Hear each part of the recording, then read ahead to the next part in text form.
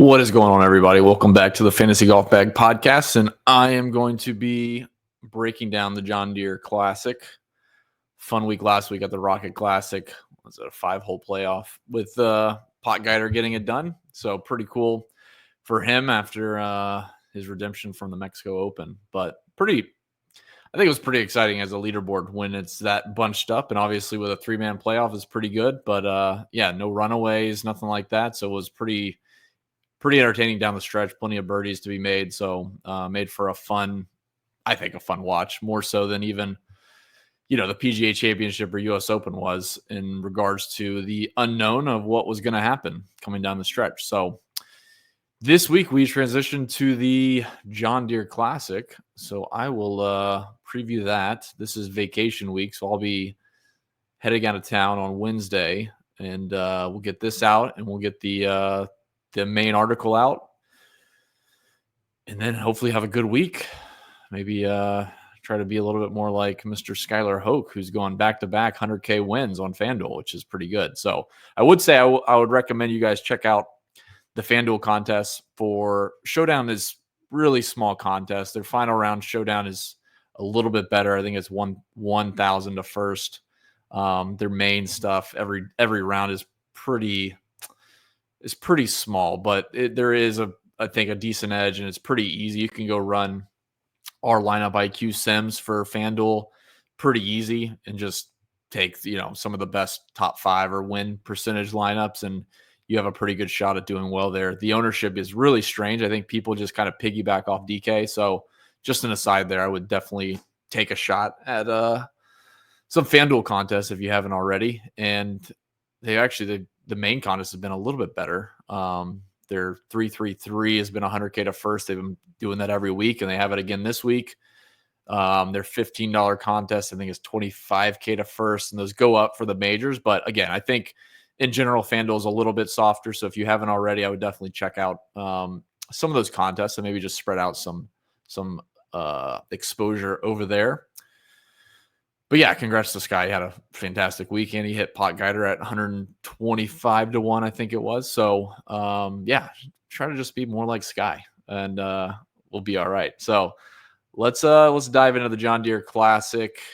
And real quick on the FanDuel stuff, the final round Showdown is different than DK too. So that also helps the edge, because a lot of people, like I said, build for DraftKings, and obviously with DraftKings, there's finish position points, and a lot of people, even with the leaderboard like last week, or a tournament like last week with a lot of birdies, they still jam the top 10 guys, and people do that on FanDuel, and there's no point. Just, play. Hate to say play the best plays, but you really are just kind of playing you're getting leverage by playing the best plays, because people are jamming the top of the leaderboard, and you don't have to do that. So an interesting dynamic with FanDuel, especially the final round Showdown. But check out the contest for sure. John Deere Classic. Let's dive on into it. We'll probably look at some time machine stuff as well. I did a lot of that last week with the Detroit Golf Club, and unfortunately it's a very weird event with course history, with some of the guys having good course history year over year, but bad form, and other guys with, great form and poor course history have not done well there. It's obviously a birdie fest. So just a really weird week, but this week should be a little bit more stable. We have a pretty good idea of what to expect at TPC Deere Run. So I'll go ahead and dive right on into it. All right. So the last 5 winners at TPC Deere Run for the John Deere Classic: Davis Thompson at 28, Sepp Straka at 21, JT Poston at 21, Lucas Glover at 19 under par, and Dylan Fratelli at 21 under par. It is a par 71, just south of 7,300 yards. Not much to say besides the guys tear up the par 5s, and all the par 4s are relatively easy. Overall, the golf course is easy. We'll dive into like specifics for kind of how the holes break down and stuff like that, and what to look for, or what doesn't matter as much, I guess, this week. But all in all, you guys kind of know what to expect. It's a birdie fest. The guys are going to go low. Putting's going to be important, at least in the tournament. Lead-in putting's a different story. So greens, fairway, bent grass. Rough is about 4 inches. I will say the rough penalty is up. We'll look at that here in just a second. it is definitely not a good thing to miss fairways at TPC Deere Run for many reasons. Again, we'll get into it in just a second. Average par 3, 196, average par 4, 434, and average par 5, 575. And you can kind of see that there in the scoring. The par 4s and par 3s all play, at least to the field average, basically even par. And the par 5s play a third of a shot under par. And that gets you to about a shot and a half under par for the field. It's a pretty easy golf course when it's approaching 1.5 strokes under par for a field average. Average winning score, last 10 years, 22 under par. 3 under par is the average cut line. Driving distance, we'll talk about 295. Obviously, we look at it a little bit differently than just the driving distance number. Driving accuracy is up. Now, that is important. I've talked about that in the past with the dynamic between driving distance and driving accuracy. So you'll see courses where these are inversed, where driving distance is up, let's say 301 on the high end, and driving accuracy is down. And usually you'll see that in the missed fairway penalty, but typically that means you can kind of surmise the golf course in regards to driving distance being up and driving accuracy being down, where guys don't care about missing fairways. You'll see that over on the West Coast in some of those desert courses, or when the rough is down on some of the fall swing events, or even just, I keep going back to the American Express, but you'll see like dormant rough, guys can hit driver, miss fairways, and it's sometimes better than hitting in the fairways, depending on how dormant the rough really is. So just a dynamic there. But when you see driving distance, it is down off the tour average about 4 yards, and driving accuracy is way up. And typically that means that guys are actually, either they're capped by a driving distance number, which we'll look at the driving distance buckets in a second, or they're prioritizing driving accuracy. You think about Hilton Head for the RBC Heritage. Driving accuracy is typically in that same ballpark, and driving distance is way down because they are prioritizing driving accuracy. You go to Pinehurst is probably a good example just off the top of my head of where driving distance went way up and driving accuracy went down. Yes, it's harder to hit fairways, but they're also not prioritizing having to get it in play off the tee, or at least in the fairway off the tee. So that's definitely a dynamic to look for when driving distance goes down and driving accuracy goes up. It's usually a sign of guys prioritizing fairways. Either they have to because of the way the holes are shaped, or it's so detrimental to scoring to miss fairways. They're not trying to rip driver and bomb and gouge it, which is kind of the overall play around the TPC Deere Run. Missed fairway penalty is about 0.4, which is just hot, just north of the tour average. So nothing crazy there. Distance penalty, you can see, is basically at the tour average. There's not much to be gained from a distance perspective, or loss from a distance perspective. Everybody's hitting it about the same off the tee. The other stuff, looking through this really quickly, like proximity of the holes down. Yes, it's a lot of mid irons and wedges. Guys hit a lot of greens. They're hitting a lot of fairways as well. Proximity is going to go down. Green regulation is up close to 70%, which is really high. It's 5% over the tour average. Missed green regulation penalty down a little bit. Not really worried about that on this type of golf course. And then you can see green regulation from the fairway up a little bit. Definitely easier to hit with shorter irons, and the greens are pretty receptive. Green regulation from the rough, a little bit more difficult. But again, guys are hitting more fairways anyway, so it's kind of not even a topic. And that's pretty much it. You guys know the drill, and the birdie or better. Obviously, that's going to be high this week as far as in-tournament stats, and then bogey or worse is down. Just leads to the scoring of this golf course. So pretty simple. And like I said, we'll dive into the driving distance and driving accuracy and approach stuff here in just a second.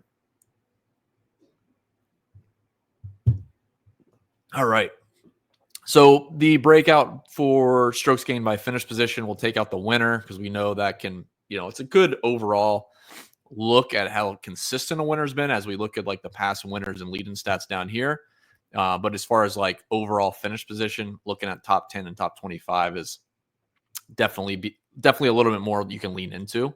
So you can see clearly here, off the tee, not much to be gained. There's anything from those that made the cut is about 0.5 strokes off the tee, and those in the top 25 is about 1.2 strokes, 0.7 more.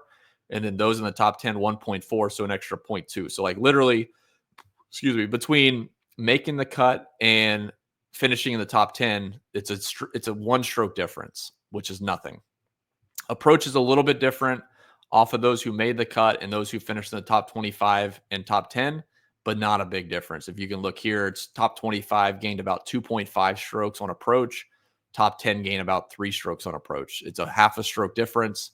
Not a big deal. Where's the difference come from? Unfortunately, it's going to come from putting. You can see a very big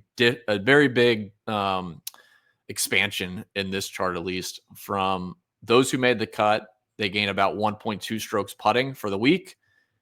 You go up to the top 25, they gain about 2.8. So a pretty good jump there, 1.2 to 2.8, 1.6 strokes just in the top 25. And then if you look at the top 10, it's 3.8. So an extra 1 stroke between top 25 and top 10. So a smaller bump between those two finishes.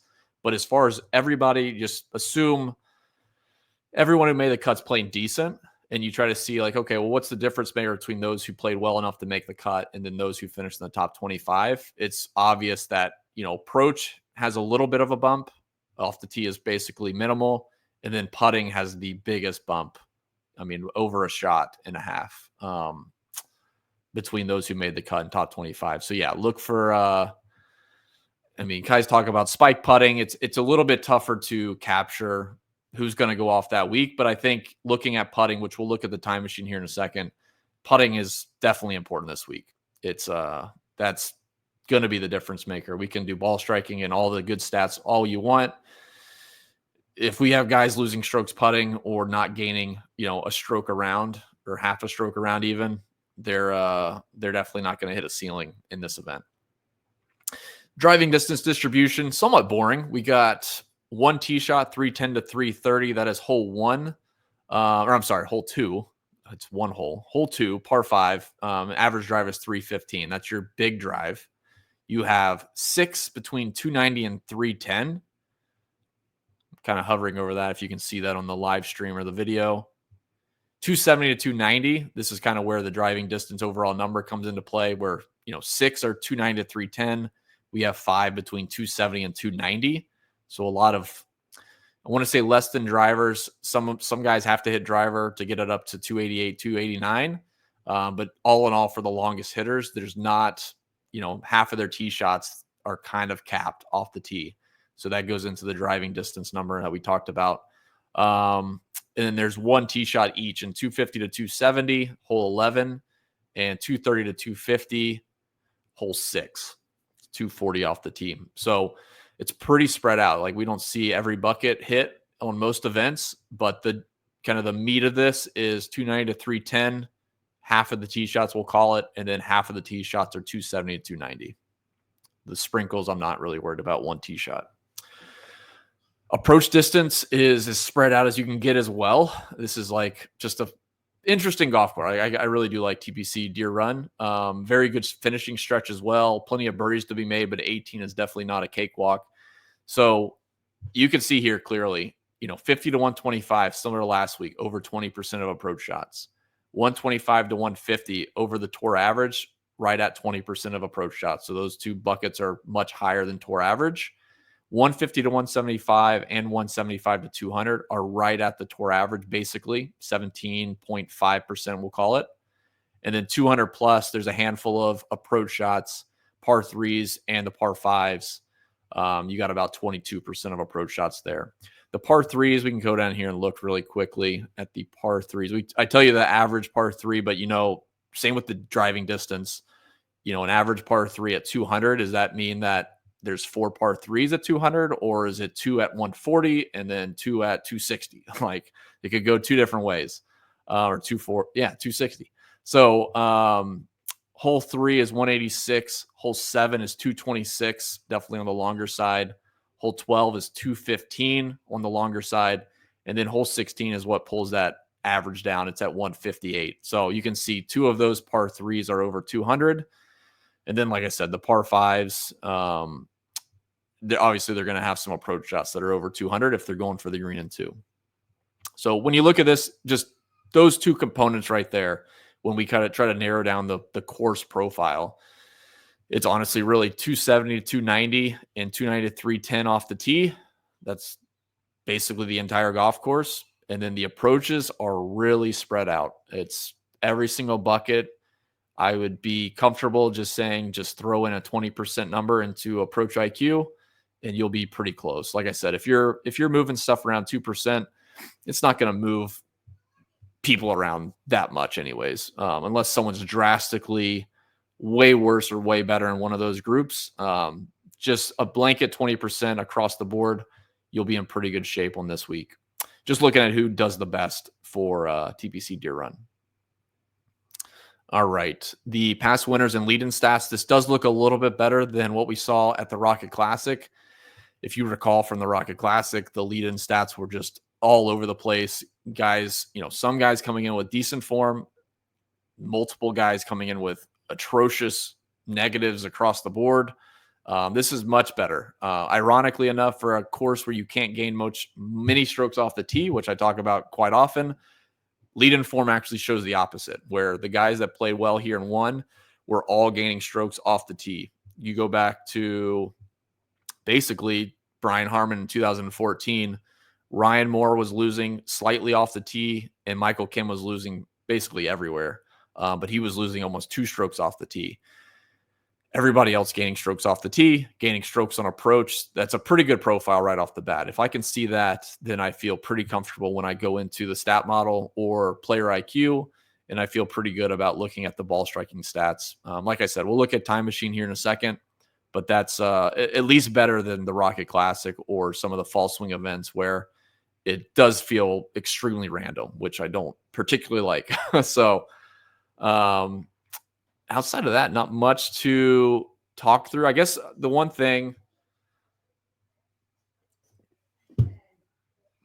I'll talk about really quickly on the golf course is the way the holes set up. Again, the Time Machine will probably reveal a little bit of this, but this is definitely an opportunity where guys are not hitting a lot of fairways to hit a few more fairways and kind of lean on their good approach play if they've had good approach play. We've seen plenty of guys over the years come to this event with poor driving accuracy numbers, and this golf course kind of caters to better driving accuracy numbers, and you also don't have to hit as many drivers, or at least, full send drivers. So this definitely opens up the door a little bit for guys that have been driving it poorly the last couple of months. This is a good opportunity for them to kind of have a breather, hit a few less drivers. They don't have to full send it. They hit a few more fairways. And now if their irons have been decent, they can kind of capitalize on that quite a bit more than they would have otherwise at some of the other longer events. So just wanted to put that out there really quickly. But if you look at the lead-in form, off the tee is big, approach, around the green is not a huge deal, but you can see they're all positive. Honestly, everybody that's won this event, outside of, like I said, Michael Kim being kind of a weird outlier, we're playing really good golf. It's green, tee to green, off the tee, approach, around the green. Putting is hit or miss, which we talked about is kind of random in that regard going into an event. Green regulation is green, proximity, birdie or better, bogey or worse. Everybody basically was playing good golf when they won this event, which is nice to see. Field history. We'll just do the easy ones really quick. That way we can get to actually looking at some tools. Top 10 finishes. We have a few guys with 3 top 10s. It doesn't speak to a ton because a lot of these guys play this event for a long time. So like Zach Johnson obviously has a great track record here. His last few events, not great. He has quite a few top 10s. Denny McCarthy has 3 top 10s in the last 3 years. Lucas Glover has 3 top 10s and a win, including a win in the last 5 years. Adam Schenk has some good finishes here. Poston has a win and a T6, and then Ben Griffin T5 last year. Davis Thompson a win last year at T31 the year before. As far as top 5s, I might look at top 25s too. Yeah, top 5s, not a ton, honestly. I thought there would be a few more from a course history perspective, but guys kind of fall off this event falls off on the calendar for some guys as they get ready for the British Open. But Lucas Glover has the most top 25 finishes, with Seamus Power as well, with 5 top 25 finishes. And then, like I said, Zach Johnson has had a great track record here. The last 5 years have not been great, but he has made the cut every year. In fact, I'm not sure if he's ever missed the cut. Looking back, I don't think he has. And then Denny McCarthy with some good top 25s. And that's pretty much it. Bud Colley way back when, before his car accident, T8, T12, T18. I'm already high on Bud Colley this week at 8,600. So we'll get into all that. But those are the big ones. If I just kind of had a quick takeaway, Lucas Glover likes this golf course quite a bit. Seamus Power sneakily likes this course quite a bit. I think that fits the profile for a guy that doesn't drive it particularly straight. This is a nice breather for him. And then Denny. Denny's honestly the class of the field. I think him and Ben Griffin. We have Ben Griffin in our rankings a little bit lower, but Denny McCarthy is probably the top play in terms of skill level in this field. All right. I want to do more of looking at the historical results, but we won't do that now. Let's see. All right. Sorry. I got bombarded by toddler. Okay. So finishing up on the golf course, this is the hole by hole stuff. I don't need to go into detail for that. Pretty much laid it out pretty well. This is a couple interesting things. I just wanted to point this out. So looking at like last week, had some discourse on a course being a bomber's course or not. And obviously, the leaderboard doesn't dictate what a golf course is. This is what the driving accuracy and driving distance looks like for TPC Deere Run. So this here, you can see clearly, this is the winners, top 10, top 25. You can see they're hitting more fairways than a regular PGA Tour golf course. Then you go over here to driving distance. They're all hitting it shorter than a PGA Tour golf course, average golf course. So again, it's an inverse relationship when you see driving accuracy up and driving distance down. It's either they're forced to hit more fairways or they are trying to hit more fairways. And that's the case what we see this week. We'll look at putting really quick. I'm curious. Yeah, you can see a big chunk in the putting distance. It's crazy. It's just unfortunately what it is. It's going to be a putting contest. I'll look at approach really quick if anything stands out. As far as like a big jump into the top 10, definitely 200 plus is a big proximity number. Obviously, that's a high skill level range. There's guys that are just not very good with their long irons, and that's going to be a difference maker here. You can see that in the proximity. Top 25 to top 10 is a nice drop off, and that's about 10 feet difference from a PGA Tour course, PGA Tour average, I should say, at proximity 200. And all these pretty much drop off subtly. I would say 200 plus is like the biggest one. 150 to 175 is also a nice drop off. So I would look at I would look at all of them equally, but definitely taking a closer eye on some of the 200 plus. That's probably a good difference maker. So let's jump into Stat Model Pro. We'll do the last couple years depending on what we have for time. And let's see if you guys didn't check this out already. So obviously the time machine is still available under the Pro Tools, but we also created the time machine within the Stat Model Pro. So if you're in here and you're building a custom model or you're pulling in stats, this is in addition to player IQ or lineup IQ. If you go to time machine, you can go pick a year, pick an event. So we can go down to the John Deere Classic right here. This is for last year. Click travel back. So now we're looking at the 2024 field, the finish positions, and their lead-in stats, which is exactly what we're doing. So again, like talk about lead-in form all the time. We can look at a golf course and say, yeah, the winners here gain a bunch of strokes putting.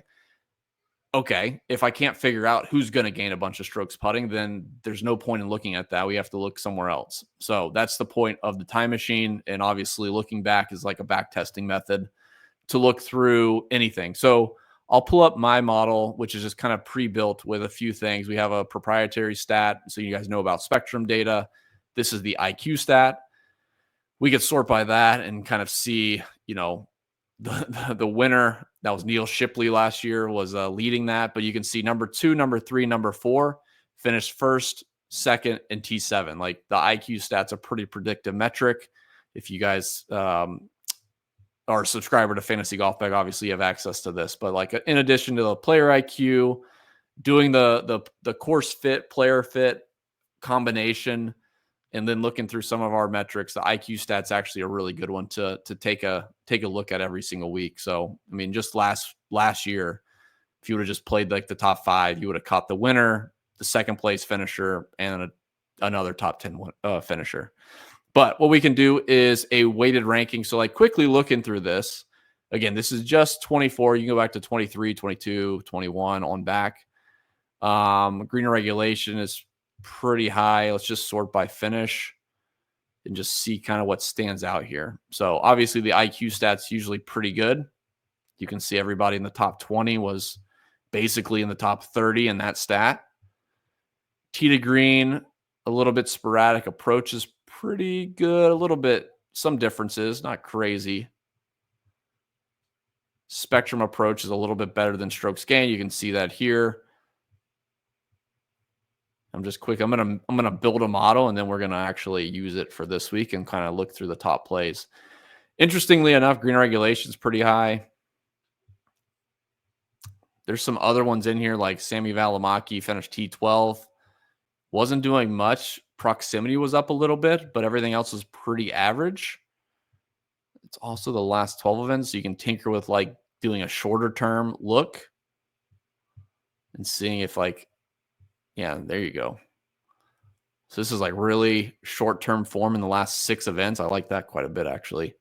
If you did like a further look back, like last 24 events, we'll do last 50 rounds and sort by leaderboard. Not terrible, but a little bit more spread out. It has its pros and cons for sure, like either way you look at it. Let's do one more short one really quick. We'll do last 8 events.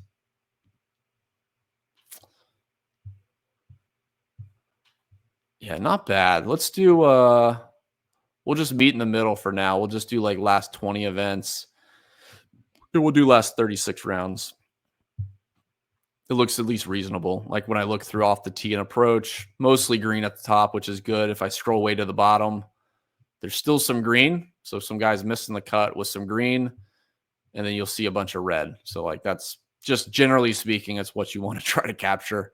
Obviously, you're not going to nail the top 10 in this type of model because it's all statistics, retroactive statistics. You're not going to nail the top 10 on the leaderboard with just the top 10 that rank out here. But we're trying to do the best to get as many as we can within our pool or in our net as we can. So this looks pretty good. I'm going to do a couple looks. Let's see, like birdie or better looks pretty strong. Bogey or worse, not bad. We can kind of sort and also eyeball it. Not too bad. Bogey or worse. Proximity stood out, which is interesting.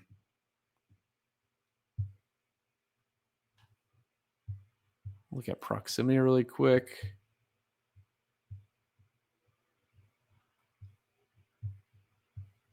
Not great. Honestly, the IQ tools or the IQ stats was the best. I mean, that was easily the best. Spectrum approach. We can take a look at that really quick. Yeah, not great. Off the tee, a little bit better. So we'll just do like a blended model really quickly. Let's see tee to green, just generally speaking. Tee to green's not bad. So let's just do IQ stat. We'll do like 50%. Off the tee, we'll do tee to green 20%. Off the tee 10%. We'll do spectrum off the tee another 10%. And we'll do green regulation 10% as well. Take a look at that. So if we do model ranking off of that, a little bit better. So in our first 6 guys, it's a T20, T18, T2, a first, a 7th, and a T20. It's a good starting point. Obviously, as you go down, there's going to be cuts kind of getting mixed in there. But all in all, it's a pretty good net.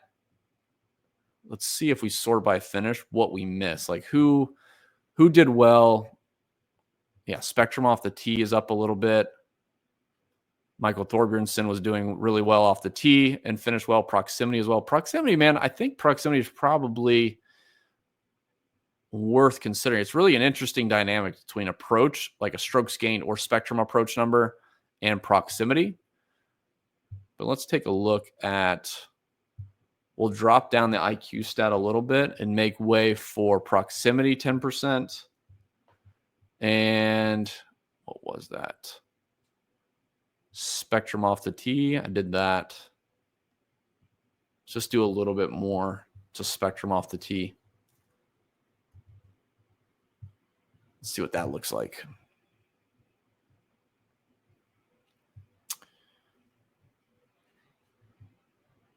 Pretty good. That bumped Thorbjornsen up to 37th in this model. Again, it's a give and take. You're trying to get as close as you can without starting to skew it into one, profile too much. Birdie or better looks pretty good. Like when I look through like the guys that probably we could have captured.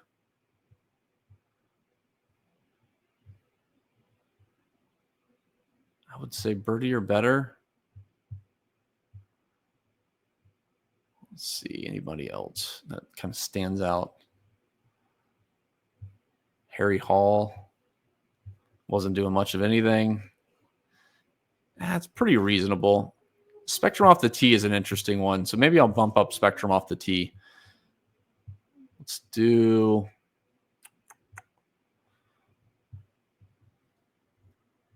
that. 10, 25, 15.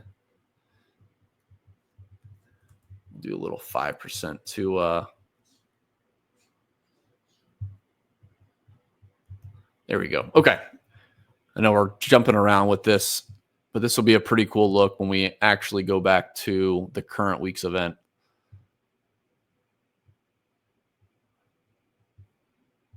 Yeah, pretty good. Still get a lot of the top 5, T2s in there. First place, second place. That moved Thorbjornsen up quite a bit. Give it one more look, and then we'll run it for this week.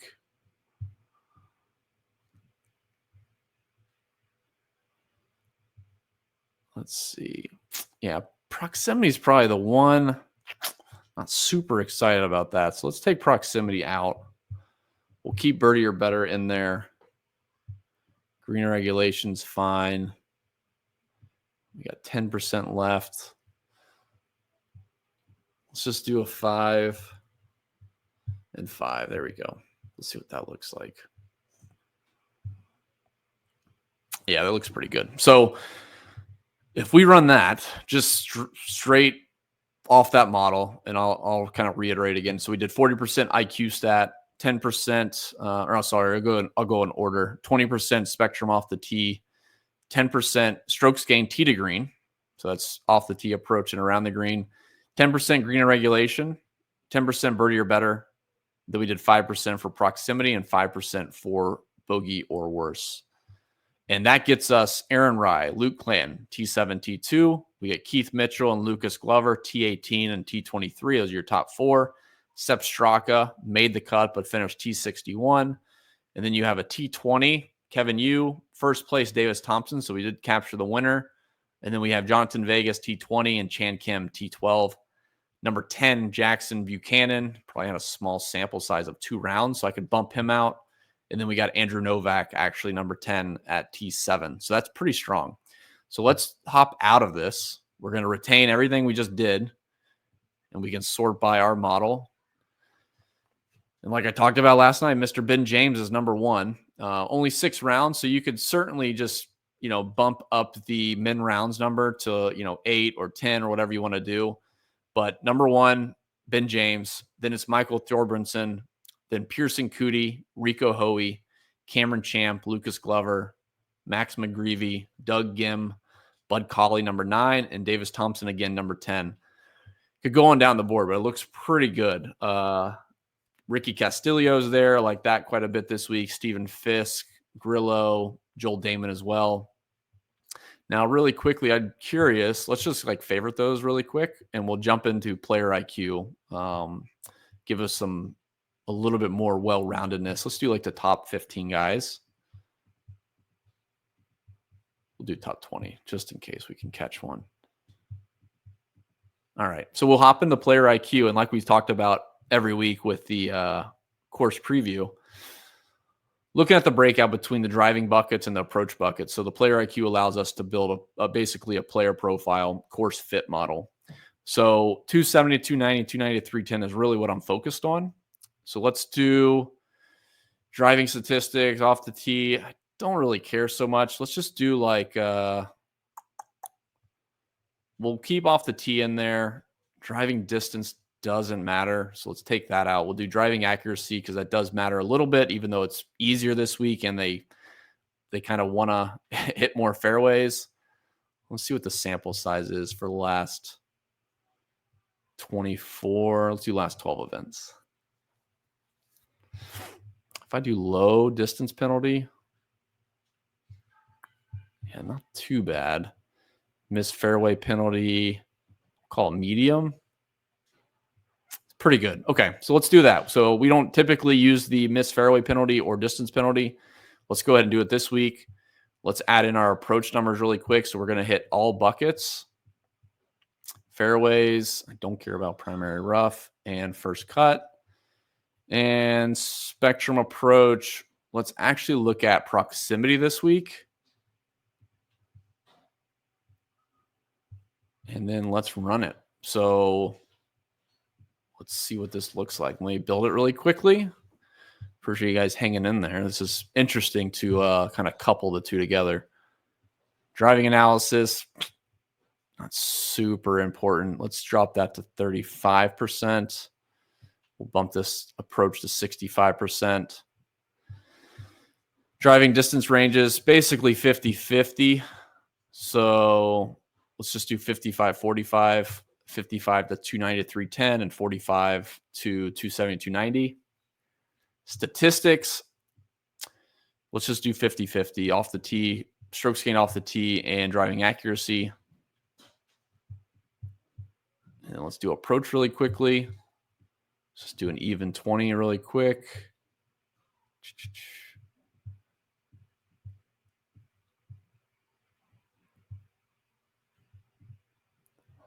Bear with me as I slide these. All right.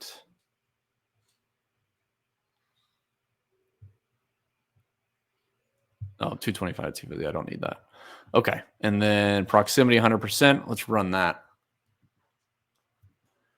Let's see how many carry over. So this is in the last 12 events. Aldrich Potgeider carries over. He was number 20th in our stat model pro model we just ran using the 2024 back test method. He's number 2 here. So that looks pretty good. Actually, a really good driver in these buckets, driving accuracy as well, which is interesting. Joel Damon cracks the top 20 and Kevin Yu just outside the top 20. So those three kind of fit both builds of the overall stat view and then the specific kind of course profile. I will say the other ones in this bucket, I'll just list out the top 15 for you. So this, again, is looking at driving IQ and player IQ. Lasasso, limited sample size. Probably want to play him this week, but don't go overboard. He's 6,400. He won the NCAA individual championship. Good young player, long, but I still think this is a golf course where it caters to the young guy that's can be aggressive with his irons and can kind of ease into the driver a little bit. But yeah, number 1, Michael Lasasso, 2, Potgeider, 3, Buckley, 4, Thriston Lawrence, 5, David Ford, 6, Chris Ventura, 7, Keith Mitchell, 8, Thorbjorn Olesen, 9, Luke List, 10, Ben Coles, 11, Sung J M, 12, Chesson Hadley. Interesting.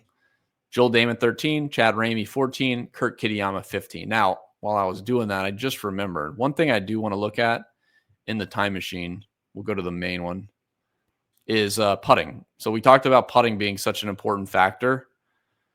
Let's look if we looked at like the top 25 guys each of the years,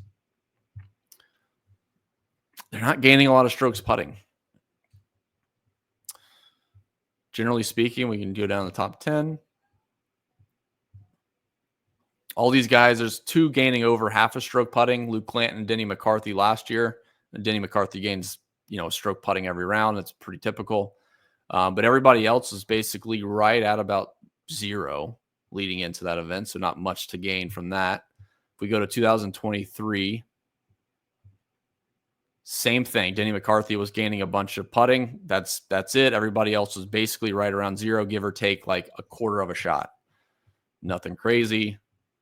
2022, a little bit more putting. I'd say a lot more putting, actually, 2022, to be fair. That could definitely be noise as we go into the top 25. There's a little bit different look. Yeah, you can see the drastic drop off. So putting's not awful. I will say, obviously, don't lean into it too much. But I do think, there's going to be a few guys that are losing half a stroke putting that putt pretty well. But honestly, it doesn't look awful. I would probably bake in a little putting, at least as a difference maker. As I look through this, yeah, I mean, you're gonna miss some if they're negative, so try not to do it too harsh. But yeah, some of the top finishers definitely were gaining strokes putting leading into that event, and that is, yeah, it's just a weird variety. Andrew Novak was gaining 0.3 strokes putting leading in. CT Ban was losing 3.3 strokes, 0.36 strokes putting. I mean, like, it's not a huge difference between positive and negative. And depending on how many guys are between those 2 players at that range, it can look really bad. So it's a very weird stat when it's so small. Like, the edges are so small, 0.3 to minus 0.3, not a big difference. So, all right, I think we did enough damage there. Course preview, went through the Stat Model Pro and the Time Machine, kind of nailed down looking at the IQ stat with the let's see, we did IQ stat, strokes gain, tee to green, spectrum off the tee, proximity, green regulation, birdie or better. I think that was the combination we did. So appreciate you guys tuning in as always. Best of luck this week. I hope you guys have a safe and happy 4th of July. As always, you can reach out to me, but if you hit the like button, subscribe, you can check out fantasygolfbag.com. Some interesting tools to guide you on your way. And then obviously, if you sign up, hop in the Discord and you can get access to everybody else in there and our matchups and outright bets, etc. So that's it, guys. Best of luck this week. Onwards to catch sky. That's the goal, right? All right. See you guys.